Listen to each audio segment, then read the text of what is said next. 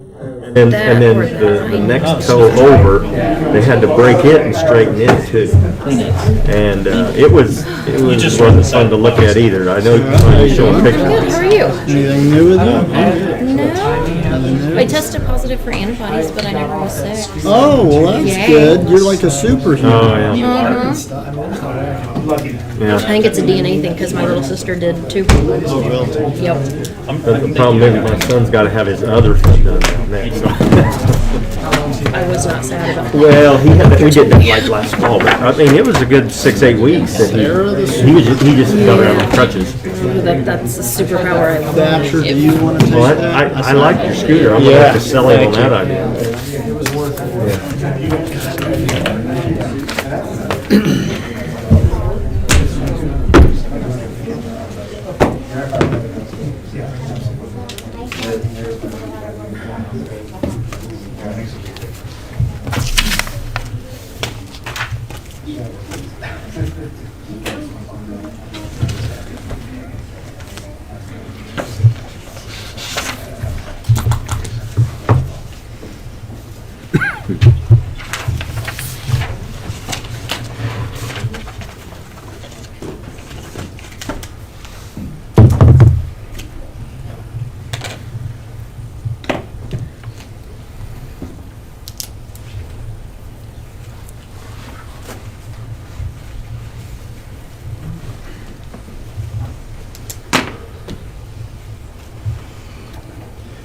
Okay, are we ready? We'll call the meeting to order. Larry, would you lead us in the Pledge of Allegiance and invocation? Pledge allegiance to the flag of the United States of America and to the republic for which it stands, one nation, under God, indivisible, with liberty and justice for all. All with me, please. Lord, we're just ever so thankful that we have the opportunity to be here and serve the constituents of this community, and we just ask that you would instill upon us the wisdom to make good decisions and that the will to do what the people would have us to do. For we ask these things in Jesus' name.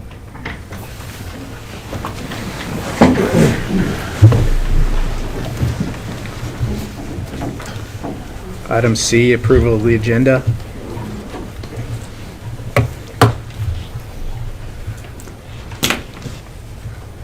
Is having problems with the agenda? I'd like to make a motion to approve the agenda. Motion by Brent, Second. second by Michael. All in favor say aye. Aye. Okay, motion passes. Item D, citizens' comments. Does anybody in the audience would like to say something? You got 3 minutes. I think most of you here for a few other agenda items. Okay, none. We'll move on to the next item.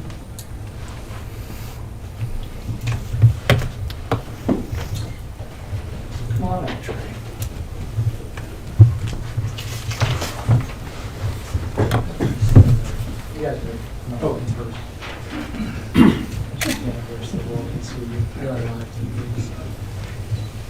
Mayor and City Council, so we got a couple things to present tonight. One is the appointment of Officer Trey Roney to detective. I'm just going to give you a little history. In 2020, the detective position was vacated. Once staffing allowed, a selection process was conducted for interested applicants to fill the position. Please announce Officer Walter Trey Roney was selected to fill the detective position and begun his training at Sergeant Circle. His official transfer is yet to be determined due to officers currently on limited duty. We'll work all that out with scheduling here before long. Detective Roney's been with the Goddard Police Department since March of 2018. Prior to Goddard, he worked for Bel Air, the Keachai Police Department, and the Butler County Sheriff's Department. In addition to being a great patrol officer, Detective Roney is also a field training officer, taser instructor, emergency vehicle operations course instructor, and one of our drone operators. Brings a great deal of experience combined with an incredible work ethic and organizational skills to his new assignment. And I'm confident he will do good things. Happy to have him in this position, filling this position again. So, congratulations.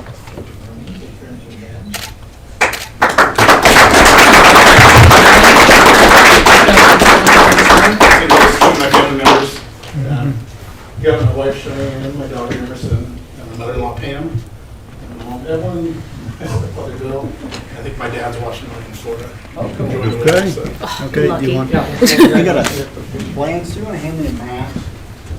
I don't want to get in trouble, so. Take a picture of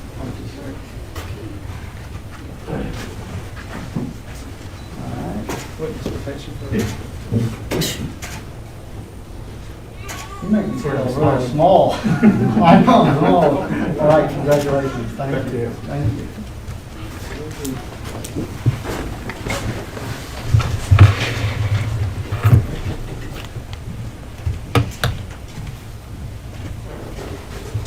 Okay, the next one's kind of a biggie.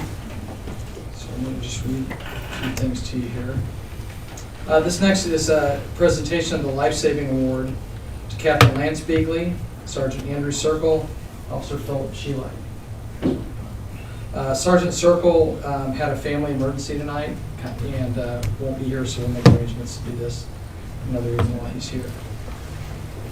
On January 19th, 2021, Goddard officers were dispatched to check the welfare of an individual when a citizen was concerned for his welfare, having not been able to reach him. Sergeant Circle and Officer Sheelight arrived, and the vehicle could be heard running inside the closed garage. While Sheelight attempted to call the number on file, Circle checked the exterior, attempting to find access. Captain Beagley arrived, and the decision was made to force entry into a garage pedestrian door. At great risk to themselves, Beagley and Circle entered the garage and retrieved the individual found unconscious and seated inside a running car while Sheelight notified EMS. They were able to extract him from the garage, and he was found to have agonal breathing. Sheelight connected his AED and advised to begin CPR. Beagley began performing CPR while Circle and Sheelight assisted in his care until EMS arrived. Prior to the arrival of EMS, the individual's pulse returned. The actions of Captain Lance Beagley, Sergeant Andrew Circle, and Officer Philip Sheelight greatly contributed to saving the life of this troubled individual. They bring credit to themselves and the Goddard Police Department, and hereby awarded the life-saving medal for actions taken on January 19th, 2021.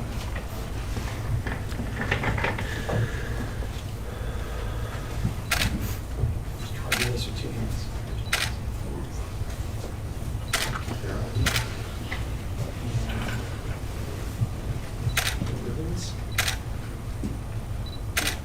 And then round of applause.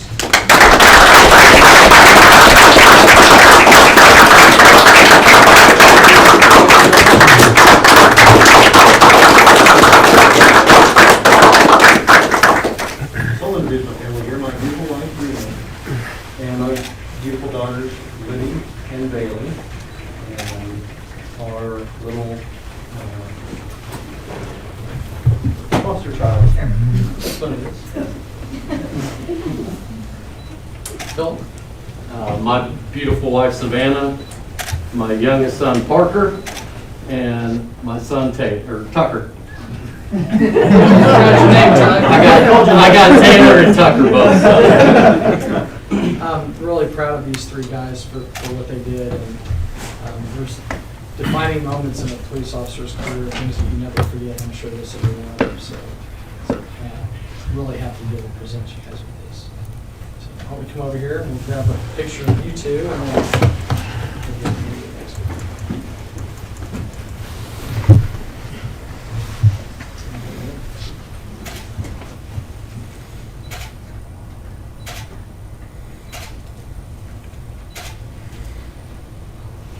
Good. Thank you, guys. Yep. Thank you very much. All right. Thank you.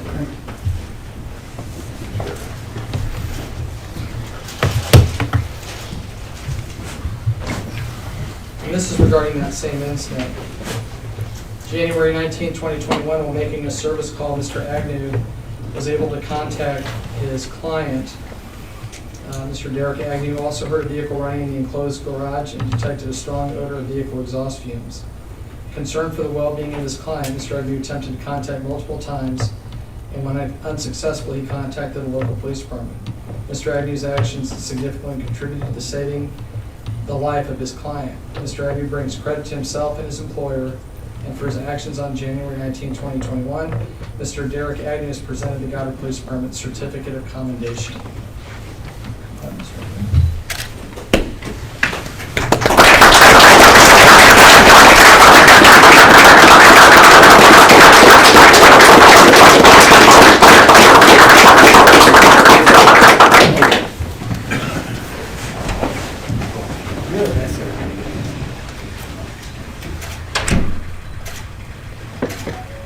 Good brother too. Lance and Sheila in there too. Good work for you guys. Yes, sir. Yes, sir.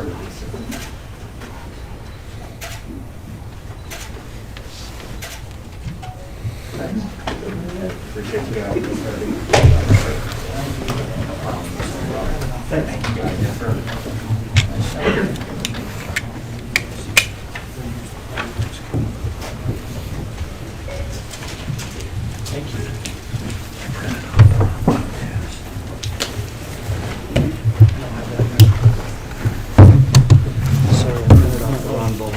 Oh, thank you.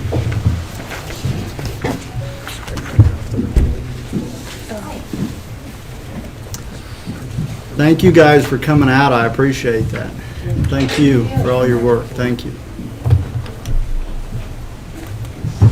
Item F, approval of the consent agenda. Either February 1st, 2021 minutes, accounts payable. February 3rd, 2021 for $428,603.01. February 5th, 2021 for $41,892.56. And February 10th, 2021 for $73,738.80.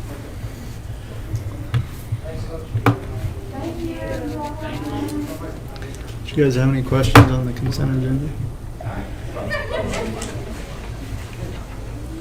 I make a motion to approve the consent agenda. Motion by Brent, Second. second by Sarah. All in favor say aye. Aye. Okay, motion passes.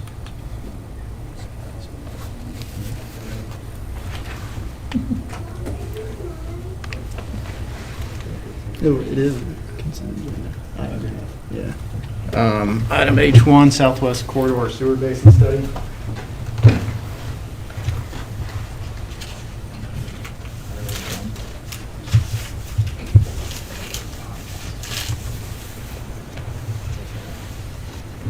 Honorable governing body, this is a sewer basin study that we're considering. So the land in the Southwest Corridor, which I'll show you a few slides down, as a part of Goddard's current growth area and is optimal for expansion of current residential growth. Also is another piece of property near Kellogg and 167th that we'll talk about separately that's also going to be included in the study. But primarily it's what we're calling the Southwest Corridor Basin area. So we've conducted similar studies to this on near Maple and 199th and 183rd Street and 23rd Street, and perhaps Brian or Harlan could speak more to those. So in order to incorporate new land for new subdivisions or commercial areas, it's important for our water or sewer infrastructure to be able to supply these areas. So we do that through the use of pump stations or lift stations, whatever you want to call them. Kind of as we saw in the southeast growth corridor, where we just implemented a lift station to provide for that area. And we can do this without overwhelming the current wastewater treatment system. So there's several of these undeveloped parcels around Goddard that need a study of the ability for the infrastructure improvements. We recommend that to be conducted with this engineering study. So Baughman Company, PA, will be conducting this engineering study if it is approved. So attached are the maps of the potential growth area. We have it broken down into 3 sections. So section A, B, and C. This is the 167th and Kellogg area. South of Kellogg, west of 167th Street. And then the other area is 215th Street from 23rd Street to 31st Street, along with the connecting piece of property that's joins that property east all the way to 199th Street or Goddard Road. So the engineering process will consist of field surveys, lift station feasibility study, sewer extension, lift station cost estimates, property acquisition, and utility coordination. So this will kind of determine if we need a lift station or not, we may not, and also determine any other infrastructure we would need in that area potentially. So Baughman's going to review everything with staff, conduct project milestones, and conduct the cost estimates and basin study maps by March 8th, 2021. So this will be a cost of $13,500 and will be allocated to the sewer replacement reserve fund, line item 83,665, 63,325. So with that, I'll take any questions that you want to direct to Brian or Harlan on that.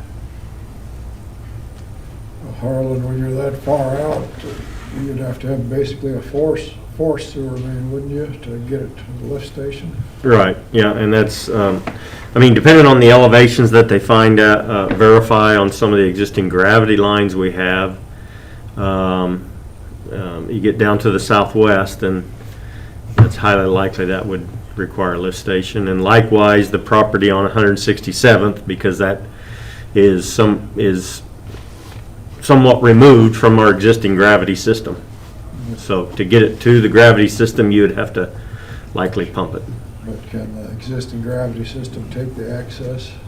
Well, I think that would be part of the evaluation that would be taken care of with this study. They would evaluate the capacity of the existing gravity size, based on size and slope, be able to tell us what the existing gravity system can handle once we would start pumping flow, or if we determine it's needed to pump flow into it. So that should be part of this evaluation. But they aren't going to know. I mean, if you had, apartment complexes or something where there'd be a lot of extra flow, they wouldn't know, up front. Well, based upon they'll have to make a determination of what the land use is going to be, whether it's just going to be single-family residential, because they'll, based upon the use, will determine what the wastewater flow that will be generated from that use. So that should be part of the study, and we would have an opportunity to review that and say, no, we need to maybe figure that some percentage of this might be duplexes or some other high-intensity use, so that we can determine what that design flow is going to be.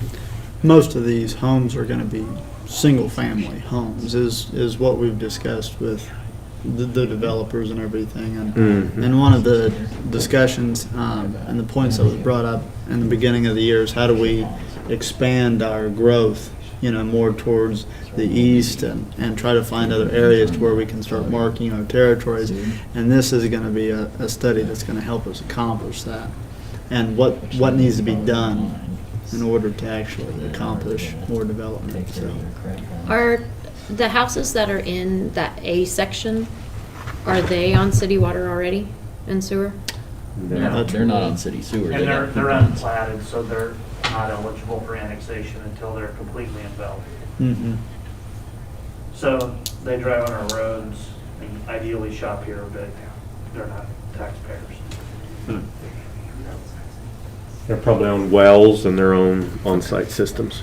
And that natural gas line goes literally right through the southern third of that. Probably, maybe 3 to 5 acres, I'm just guessing, I don't know. And the point of these studies too is if you look at, we know our current water, our current sanitary sewer runs are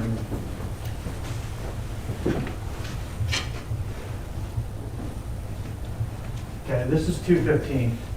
This is where the Dillon's warehouse is at, our western boundaries here. We have some development out here that we do not serve, that our cost of services when they initially approached the city to come in was going to be too great for us to do that. But we have a sewer line that comes down to about right here and then runs up north and then across. And what this will help us understand is what, if how many homes and/or commercial here we could actually stub into that. Because right now, when the developers approach us, they want to know what our load is, and depends on what they want to do. So if we have an idea for that, and right now we understand single family is the most probable outcome right now, initially. And those tend to be lighter users than, say, commercial or industrial. So the point of these studies is that it lets us know what kind of growth can we have, particularly down in this area, because anything from 183rd over will have to deal with Rural Water Association, because this area is not serviceable by the city. Any sort of subdivision or growth that goes into this area will have to negotiate a payment to the Rural Water Association so that the city can provide fire and potable water that they're not able to provide. It's like a Where over royalty. here, we can grow and encumber, unmolested, if you will, of rural water. So that's another area why the southwest corridor is important for us strategically. If we put new services into that, is that city at large paying for that? Just for the study. And then that lets the developer know, well, okay, I can design a house of, I can design 150 homes, or I can design, 200 home units, and then the density and how many are within that obviously would be within their own independent cost model. But to get there, you'd have to stub some pipe from an existing water line, and so that would be on. And that would be down in here, yes, sir.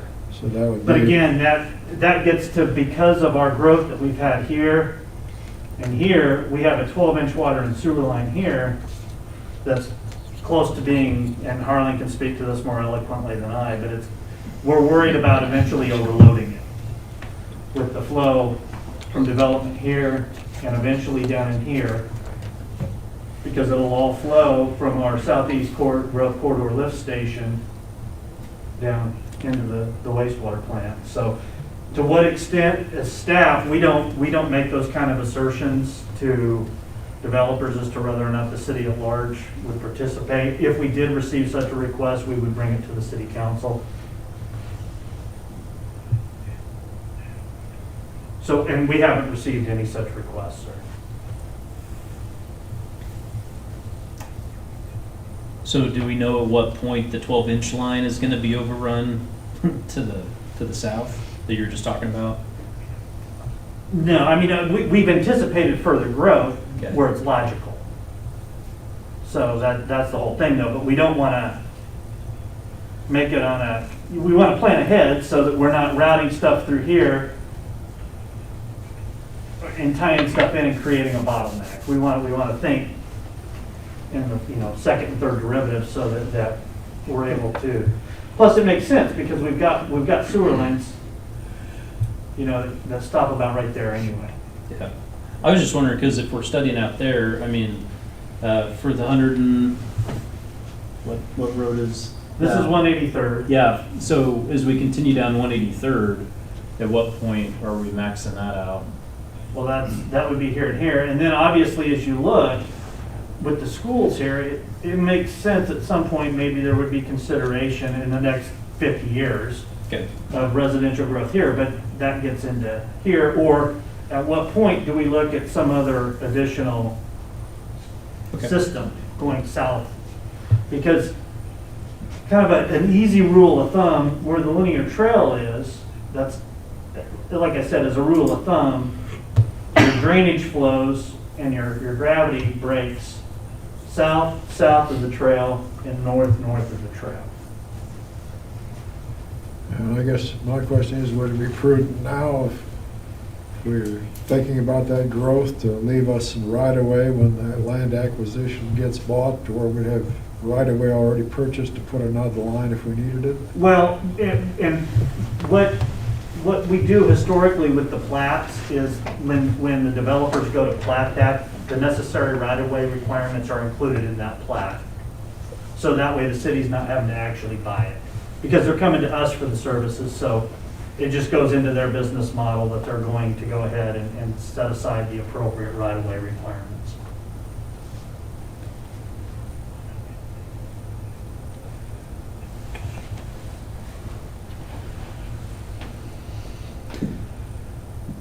Any more questions?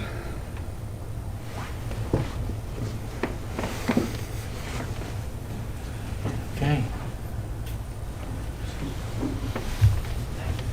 Well, I guess if we're planning on growing, I guess I'll make a motion to spend the 13.5 on engineering services. Motion by Larry, Second? second by Brent. All in favor, say aye. Aye. Okay, motion passes. Thank you.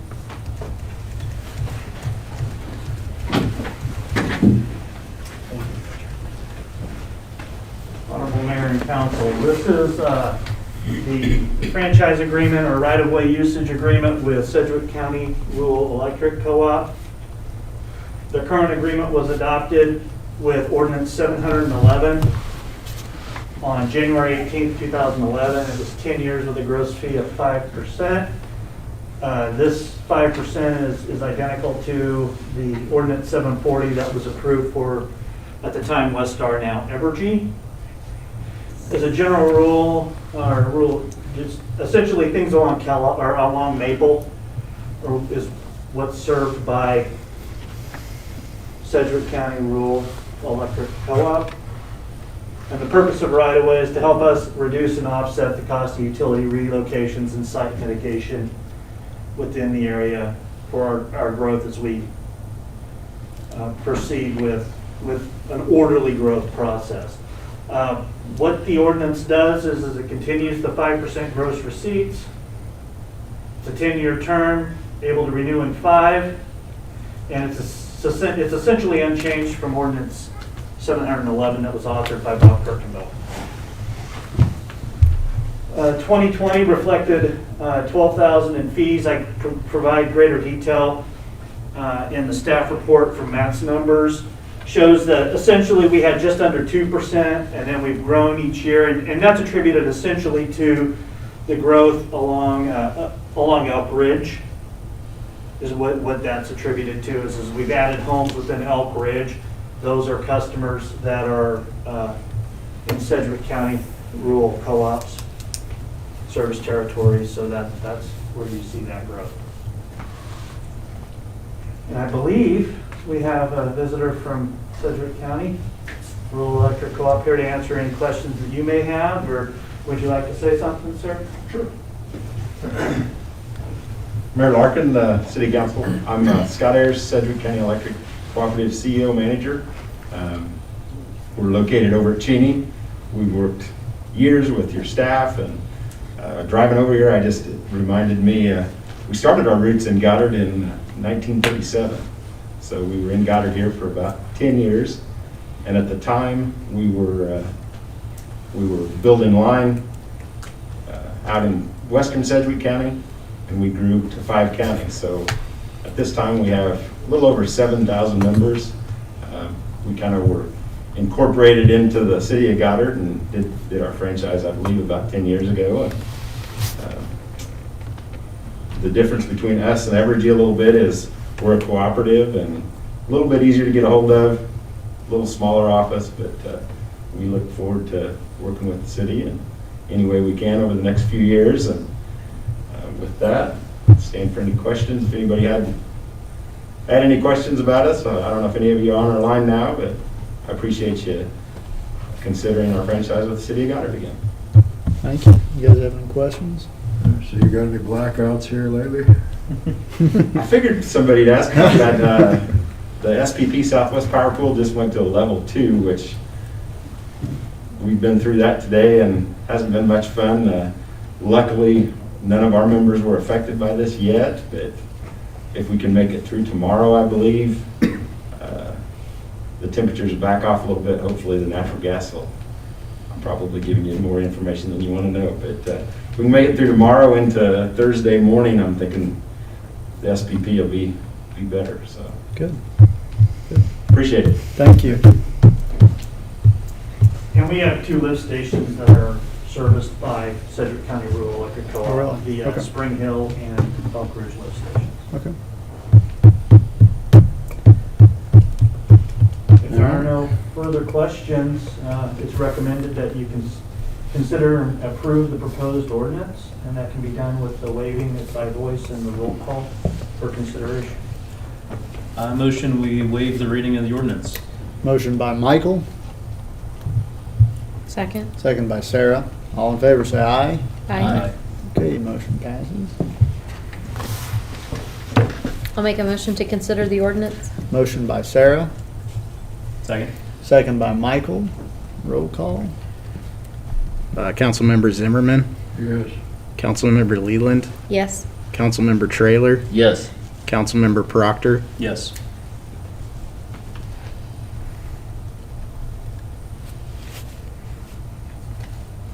Motion passes. I think it's ordinance 864. Okay. Thank you. Honorable Mayor and Council, this item is a renewal of the farmland lease. As you know, when we did the land exchange with Tanganyika Wildlife Park last year, we received approximately 19 acres of farmland that lies directly north of Public Works Facility. Historically, this has been leased to local farmer Mr. Alan Smarsh for an annual fixed fee of $765.60. The lease is an annual renewal due on March 1st and runs through February 28th of the upcoming year. Nothing in this lease has changed from last year. This is the parcel of ground I'm talking about, just right north of the Evergy Station and our lagoons. As I said, this lease is up for renewal. This continuation would allow the city to continue to accrue revenue on the property, and it would not require any city maintenance. The lease year is March 1st, February 21st, and the renewals are reviewed annually by the council until we have to plan for other use of the property. Financials, there are none. It's approved as to form. Ryan wrote this lease agreement last year. We've used the same agreement, just update the dates. How do we get the 765.60? He sends a check to the city. Well, like, how do we get that number? How do we calculate that? Now, you'd have to ask me that. Last year I had that all in my presentation, and I cannot remember. It has to do with It's a non-irrigated land, right? non-irrigated. and Okay, it's- that's a good price we're getting then. It's just so much per acre, and I cannot remember. I have to do the That's like math. honestly. I $40. can't remember off the top of my head. 40 bucks an acre. Yeah, Little over it was 40. a metric that was provided to us by Morris Lang. and Okay. Yeah, it agreed it's good. upon with the landowner. Was it 19 acres? 19? Did you say 19 acres? If Yes, it 19, if it has irrigation, it's worth $40.26. Oh, There we go. yeah. Yes, thank you. Thank you, But- Ron. $40.26 an acre. So Okay. that's not bad at all. Okay. And it's a pretty good It's deal only based on 19 what I've acres. seen, and it makes it easy. Any questions? None at all. All right, recommendation is that the city council authorize city to enter into a cash rent lease agreement with Mr. Alan Marsh. Look for a We're not motion. gonna do anything with that land north of Orchlands. Can we throw that in with it?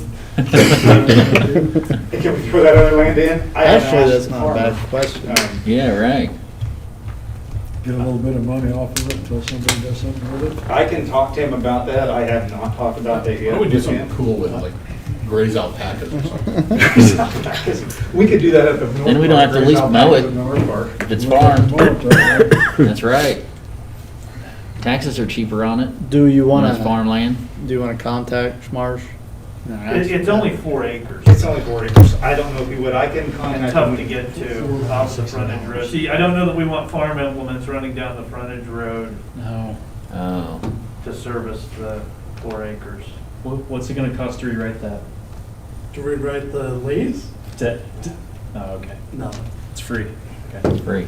When I have him come in to sign the lease, I can ask if he's interested. Nothing Lauren does is free. But What are we I haven't- talking I about? haven't- Now let's draw about $160 a year. Great. But I can I don't ask. think it would hurt to see if he's interested. Sure, absolutely, I will. And he may be, since he's farming, and we'll ask him. I talked to Mr. Smarsh earlier today, and if this is approved, he'll come in and sign, and everything that we talked about. I don't know what the difference is between farm implements and big semis Right? pulling in there. That's a good point. Exactly. So you'll reach out to him before we vote on it, or do we want to Or vote would on that it? just be a Can we separate please- lease? Do you just want to do a separate one? Be a cool place to- I'd like the motion, we accept it Okay. as presented. Okay.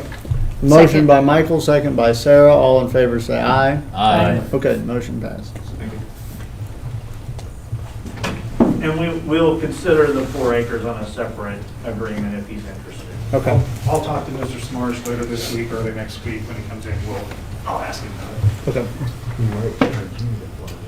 End of 2020,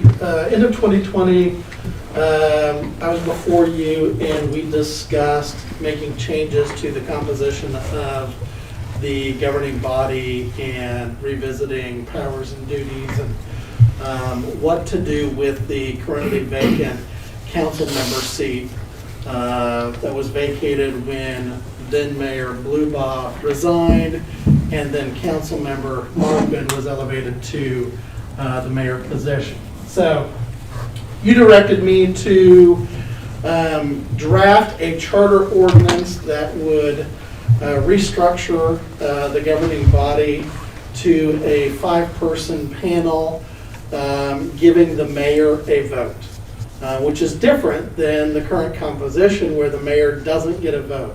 The mayor's powers are largely ceremonial. So what we have done is we've put together a charter ordinance for your consideration tonight. First thing it does is, under the Kansas Constitution, each municipality has what's called home rule authority.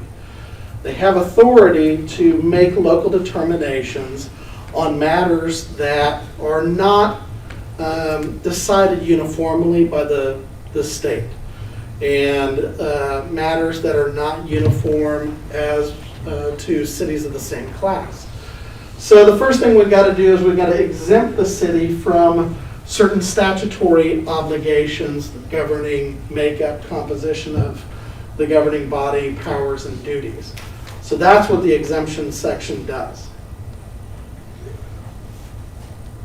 The charter ordinance provides that the governing body would consist of 5 council members to be elected by the voters.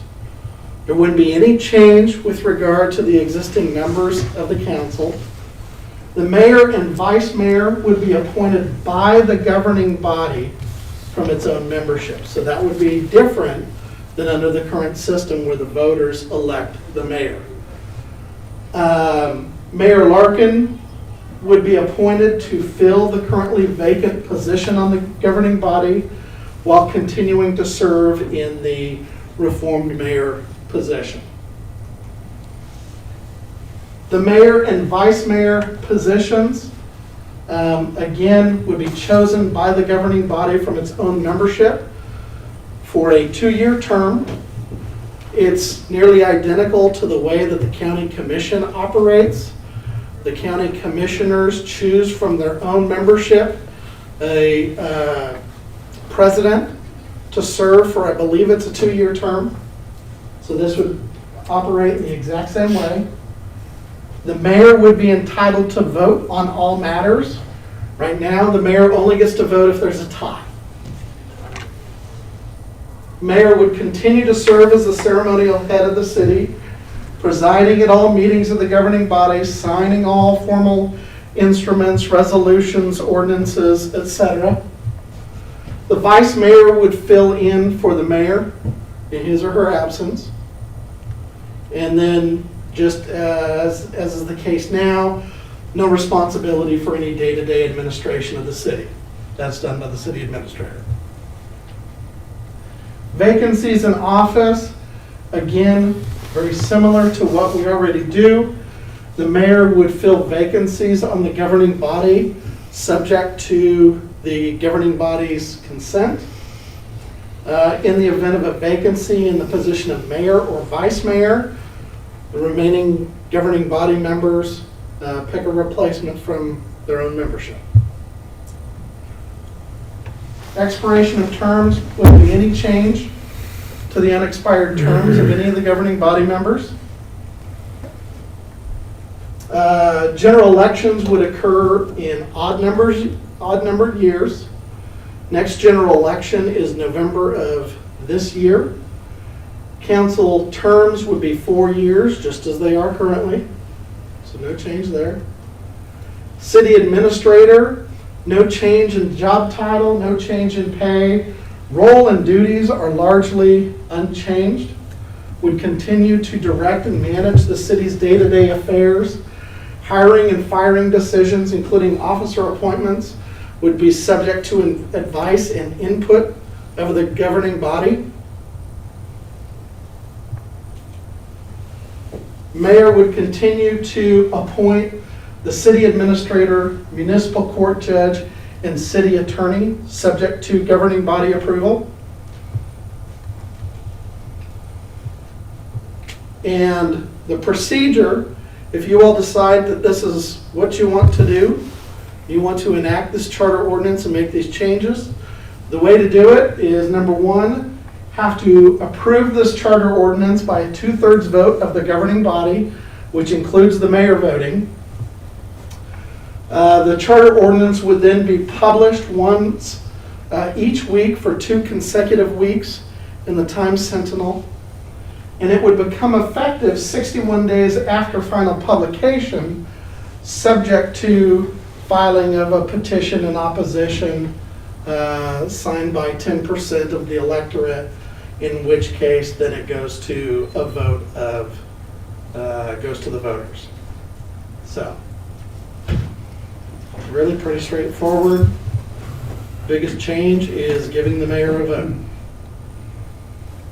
So, any questions, concerns?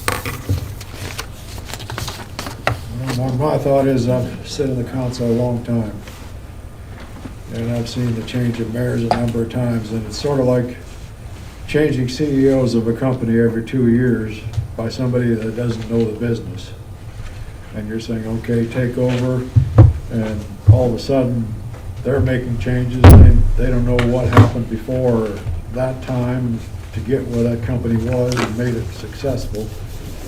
And so when you're electing a mayor every 2 years, you're getting somebody in there that may not know anything about the city business and has a potential of running off staff and has a potential of setting back the things that have caused our community to progress as it has and set us back 5 years. And so that's one of the reasons why I'm sort of pushing towards this, because I've watched this happen, and I've had to fight a couple times trying to keep bad things from happening to the community. And so I thought of this one way we could sort of minimize that possibility of things like that happening by letting council members that know the business of the city elect a mayor to represent them, rather than, you know, somebody who knows nothing about city business come in and then want to make changes and want to change staff because they don't want to agree to their wishes. I think part of what this does, it aligns interests.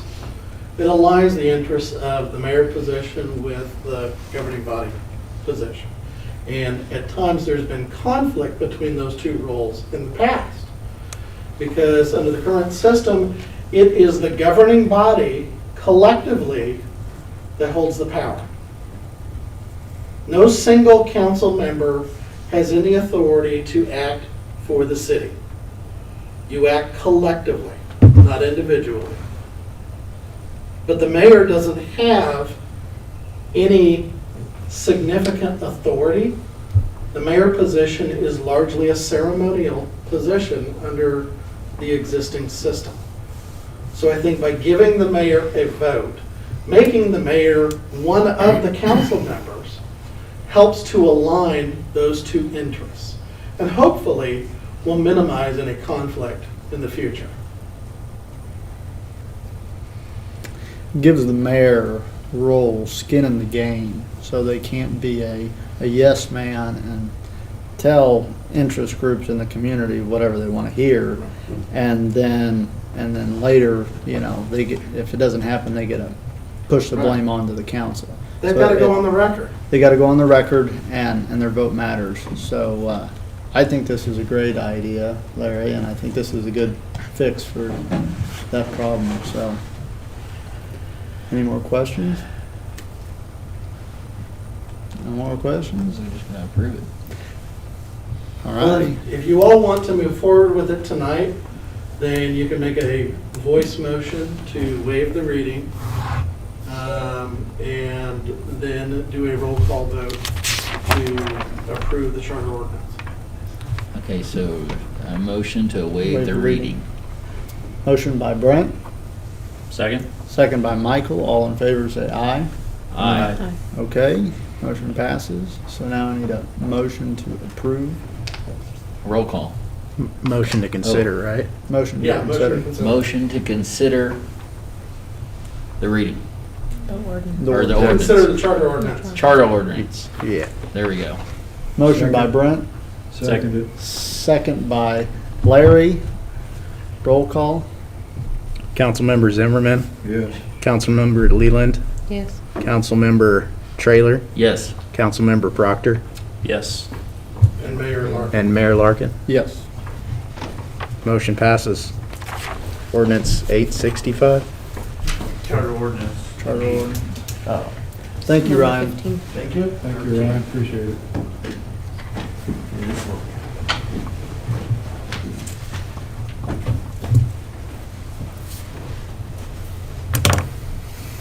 Honorable Mayor and Council.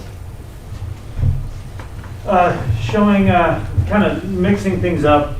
Usually we just throw a lot of content about the specials and what's been issued and the number of units available. Micah created this series of maps for us showing the developable areas from the currently developed or sold. The purple, which looks much better on the computer screen than it does on the projection screen, is units that are owned by private parties, not of the original development. And these blue parcels are what's available for purchase and development. And you'll see similar type images going forward for our subdivision. This is obviously the Starbond, where we have the ball fields, the aquatic center and hotel with childcare facility, and where phase 2 is planned. Then we have out parcels along this primary road, which is, this is Grand Slam Way, and this is Crown Drive. And then here's the largest out parcel for development on the western side. The eastern side here is the Goddard Galleria. You can kind of make out the Walmart and the Murphy's Oil. And then we've got the Dairy Queen, then a small parcel for sale, and the Old Chicago and Brahms. The interior of the Starbond shows the staircase inside the health club that's currently under construction on the front part. And this is inside the natatorium area, which shows a dirt floor and some concrete mixers.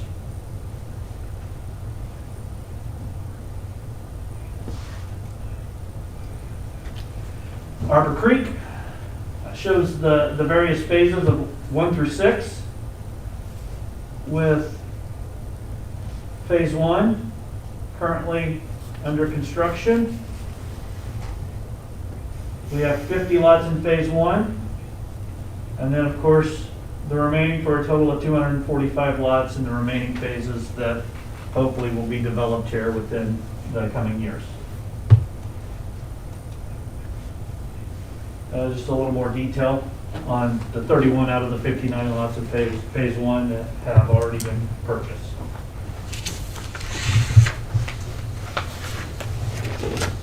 Clover Leaf.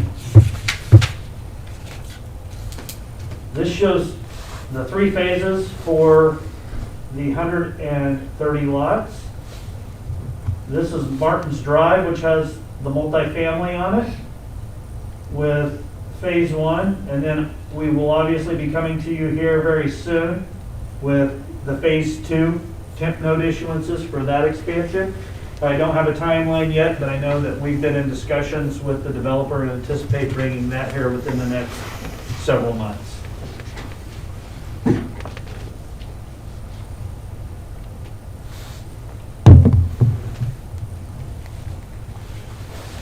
Rustic Creek, this shows the 3 phases for the 105 homes, with this being phase one.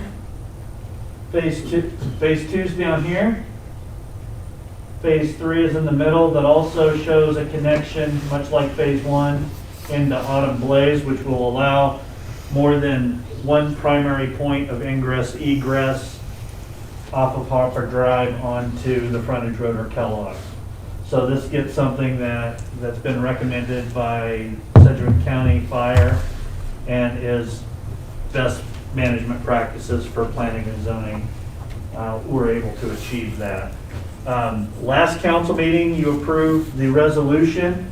Matt and I have a ratings call on the temp note portion as well as the utilities, and I'll get into that further, but we'll be coming to you next council meeting with the ordinance affecting the actual sale of the temp notes to finalize all of the water, sewer, paving, and stormwater improvements within phase one and all of phase 2 and 3 for the stormwater.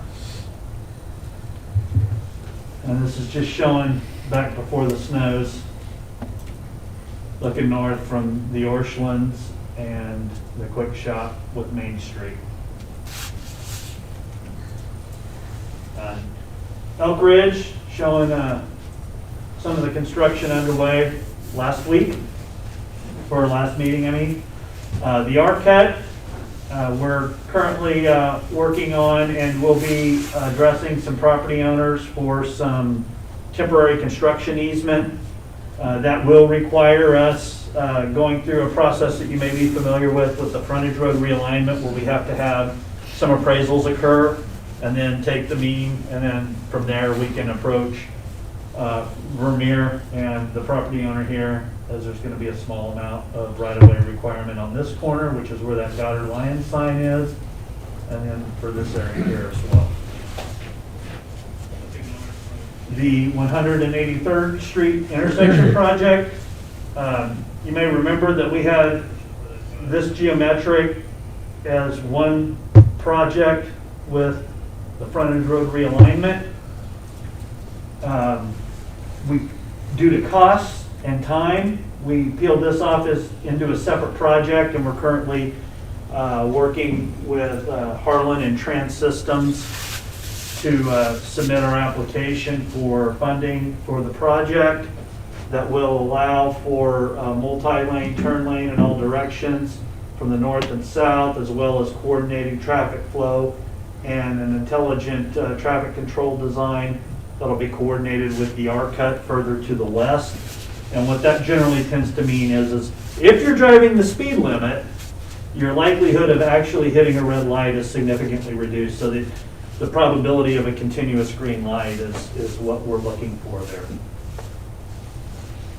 Fireworks discussion. You may remember back the second meeting in July or first meeting in August, we had a resident, Mr. Eilertz, come before the council and express his concern regarding recent damage that he had incurred and some of his neighbors had incurred regarding fireworks. And we had stated that we would pick that discussion issue up if we so chose at a later date. And obviously it's after the first of the year now, and we're about 4 months away from fireworks going on, and so staying true to our word, I'm presenting this to you again, following up on his initial discussion, I'm sorry, to see if there is a desire or willingness on the part of the council to have a fireworks discussion. When the original item was addressed, there was discussion of $800 damage to a vehicle and lawn catching fire. just concerns about the types of fireworks being discharged, as well as the duration. I included 6 pages worth of fireworks codes. That's one of the 2 items I distributed to you right after the meeting got started. Most of that is directly pertaining to not only the types that can be sold and discharged within the city, but regulation of fireworks permits and selling of permits from within the firework tents. Only a very small fraction on the very front page deals with what can be shot and when it can be shot, and that's essentially down to 2 to 3 paragraphs. If you would like to have a discussion, please let me know.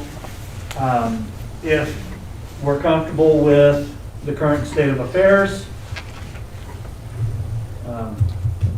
let me know, and I'll follow up with the citizens and let them know that we want to monitor the situation, and if we have issues persisting or continuing, then we can continue the dialogue at that point, or we can go ahead and have an active discussion here in the next couple of months, whatever the council's desire is. Guess what's the question that they're wanting from us to Just to to see limit the height of whether it's the fireworks? height or- or the size, as well as possibly the frequency. What, do we have any requirements or guidelines? No bottle or- rockets. Well, the thing of it is if you try to limit the mortars and stuff like that, they'll just buy them somewhere else and bring them here. Right. Yeah, and I mean, to be And honest, I can tell you from my time on the Wichita Fire Department, both our station at Station 2 on South Broadway and the South Patrol South, 4th of July was crazy. And you would see bottle rockets and Roman candles, literally neighbors shooting at each other in good fun. And we pull up half a block away and they're gone. right. And we pull through half a block away and then they fire right back up. And it's something that's incredibly difficult to enforce unless we have someone willing to actually call. The problem is if they call, we receive a significant increase in call load and call volume during that time. So when an officer can actually get there, because of that increased call load, it's usually too late. And I would hate to enforce something or almost punish the rest of the community for one or a few bad incidences that's happened in the past. Yeah, and I know that I would be frustrated and angry if my vehicle received Oh, sure. $800 worth of damage from fireworks. I know. We often are That's out what of the garage town is over for. the 4th, my family, and when we come back, I gotta clean my yard up. Yeah. Well, It goes with the season. even when I was in West Wichita where mortars were illegal, our neighbor across the street, I don't know if the mortar tube fell over or they were just screwing around, but they had a mortar hit our front door, and burned it. So it doesn't matter if we regulate it, people are gonna do it one way or the other. You know, we can regulate it and they'll bring them from out of town and then we'll get the blame for it anyway. Yeah. Yeah. I don't know if it's a discussion that we need to bring back up, if that's okay with you guys. I think it's maybe good the way it is and just move on. Hopefully everybody's safe. Well, and quite honestly, I mean, if he knows who did it, I mean, there's Yeah. civil litigation, there's potentially criminal if it's, I mean, there's still ways for him to get some recourse. Sure. If he knows who did it. If he doesn't know who did it, we're right back to square one because we're not gonna know who did it. Right. Right. Yeah. Yeah, it's kind of hard to pin down. Okay, so the consensus is we'll monitor, and if there's further issues, then we'll pick it up at that time. Sure. Yep. Community building update. We recently met with local stakeholders to discuss the process for determining the best approach to provide an impartial, transparent public engagement process driven with the underlying premise of fiscal pragmatism. We discussed a process that could potentially include a series of bi-monthly meetings over a period of 3 to 4 months, process shepherded by a city council appointed steering committee, if so desired, or the council could be that committee, however you would want it structured, with the desired outcome being a well-defined building project related, as well as the related probable cost. Specific items would include a document for the desired building, a schematic, a concept rendering, and essentially a budget or an estimate that would ideally go to bid utilizing the construction manager at risk, which is generally what's used in similar type projects and has been used in other suburbs for similar type projects. Community partners that we met with is McGowan Gordon and their field offices here in Goddard at the Goddard Industrial Park, as well as Sheldon Architects, who did the pavilion and splash pad design. And if you're okay with it, we would like to have a March 1st presentation for them to discuss the process and kind of get a feedback from the bench. Can we move that March 1st date to the next meeting? Yes, sir. Because Councilmember Trailer won't be here. He'll be That's fine. out of town. So. The 15th. Okay, yeah, that would be good. Is that good with you? Yeah, Brent? that's Okay. awesome. All right, yeah, let's do that. All right. That's what we'll do. As far as the city council appointed committee, is it?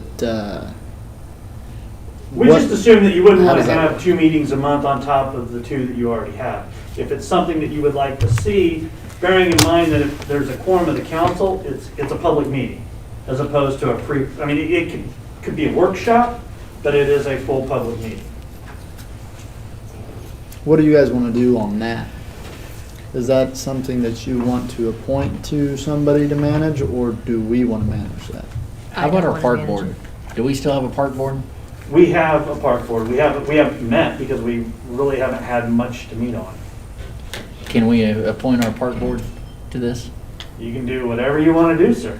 How many Our members? park board association. How many Yeah. members do we have on the park board? Again, we haven't met in over a year Okay. since we did the ribbon cutting for Linear Park, so we I can. think our park board association would be great for this project.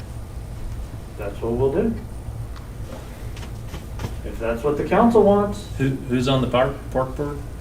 Currently, we have Mr. Hayden.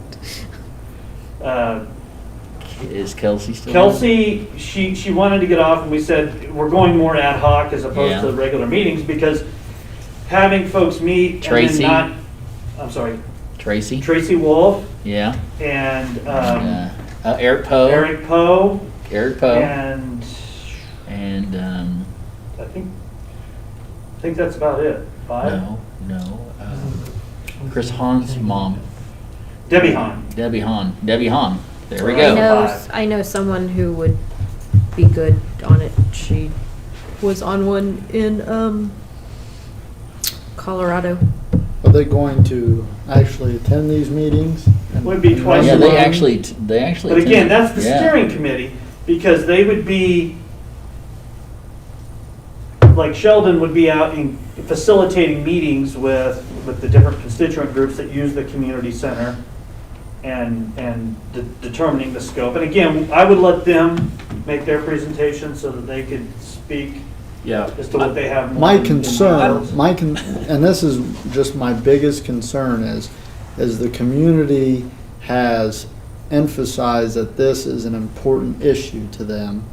And I haven't seen much work out of the park board. Maybe that's our fault. Maybe we haven't given them much work, but I They haven't did the seen. park.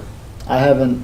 Well, he just here lately. I haven't seen much. So Well, my and biggest. we haven't met. We haven't Okay. called for a meeting because Right. Okay. Right now, we don't. I just don't want to pass the baton off and then somewhere down the line it gets fumbled and So- we lose traction. No, they, So we can certainly, I can call the members of the park board to see if this is something that they would be willing to participate in, and we can go from there. Would the gentleman at McCown Gordon have any suggestions on how to build this appointed committee?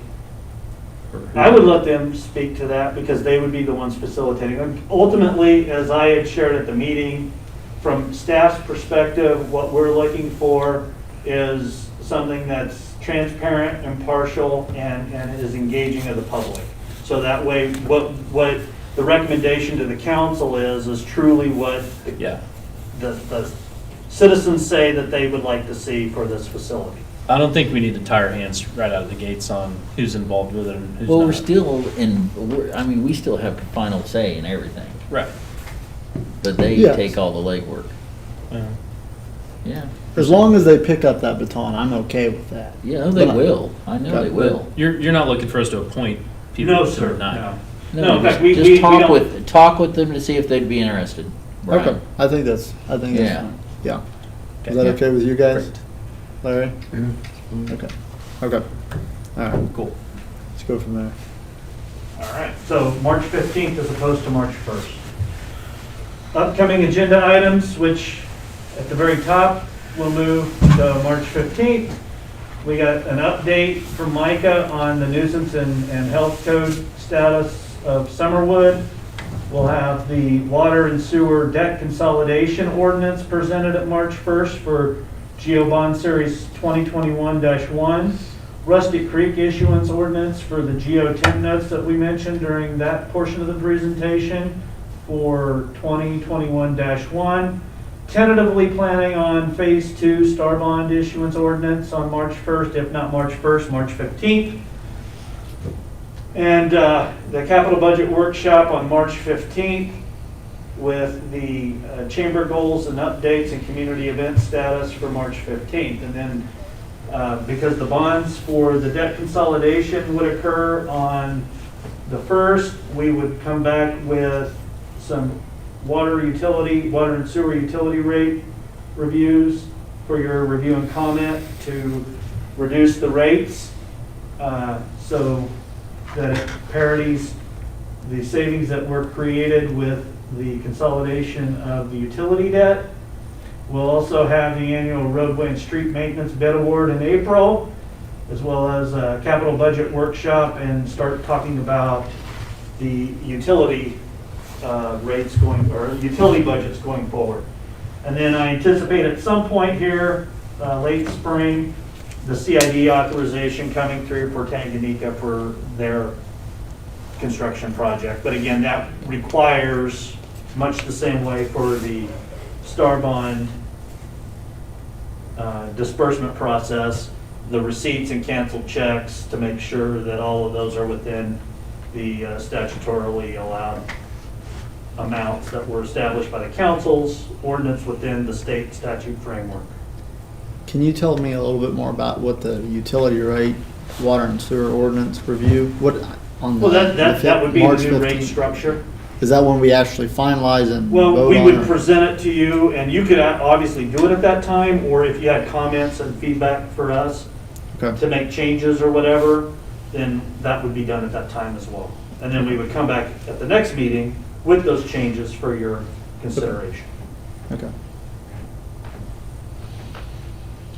And our ultimate goal, timing-wise, for the rate review is just making certain that we have the rate in place, the lower rate in place before we get into our peak season, Okay. which begins May, June. Right. Okay.